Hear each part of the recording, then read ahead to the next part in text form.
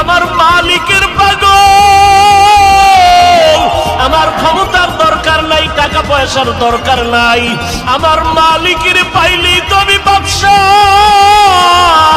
ওই বলকের বাদশাহ ইব্রাহিম ইবনে আদহাম দুনিয়ার বাদশাহী ছাড়িয়া আমার মালিকের তালাশে দৌড়াইতেছে আর বলতেছে, মালিক, বলকের মানুষ আমার কথায় উঠে আবার বসে, কিন্তু সূর্যটা তো আমার কথায় উঠেও না, ডুবেও না। ওই সূর্যটা কার কথায় উঠে আর ডুবে? তিনি হলেন আমার আসল মালিক।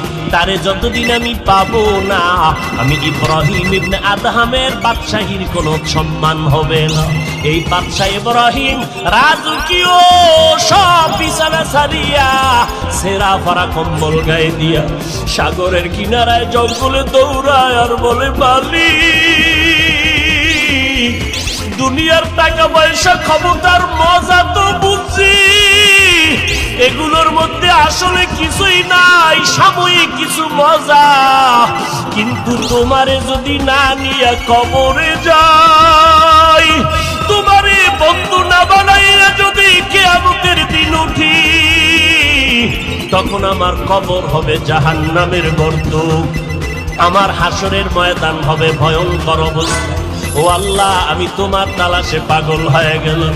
ইব্রাহিম ইবনে আদহাম জঙ্গলে জঙ্গলে দৌড়ায়, সাগরের কিনারায় দৌড়ায় আর মোহাব্বতে গান গায়, ও দয়ার মালিক, তোমারে কই পাই, আমি তোমার জন্য পাগল পারা হয়ে গেলাম। একটা যুবক যুবতীর পরিচয় পাইয়া পাগলের মতো দৌড়ায়, বাবারে চায় না, মা চায় না, কয় আমার মোহাব্বতের মেয়েটাকে দরকার। একটা যুবক যদি যুবতীর জন্য মা বাবা ছাড়তে পারে, একটা যুবতী যদি যুবকের পাওয়ার জন্য মা বাপ ছাড়তে পারে, ওরে আল্লাহর যারা পাগল, আমার মালিকের যারা আশিক, ওরা কেন আমার আল্লাহর মোহাব্বতে বাড়ি ছাড়তে পারে না, ঘর ছাড়তে পারবে না, দুনিয়া ছাড়তে পারবে না, ক্ষমতা ছাড়তে পারবে না? এটা বুঝানো বড় কঠিন। যারা এই রাস্তায় নাই তারা বুঝবে না রে বাবা।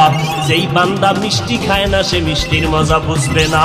যে আমার মাওলার পরিচয় যার অন্তরে নাই, ওই বান্দা মাওলার জন্য পাগলামি কি জিনিস বুঝবে না।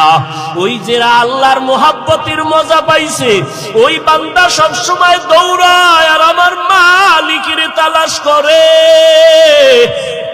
আর কলিজা বরিয়া বরিয়া আমার আল্লাহর মোহাব্বতের গান গায়। আমার দয়ার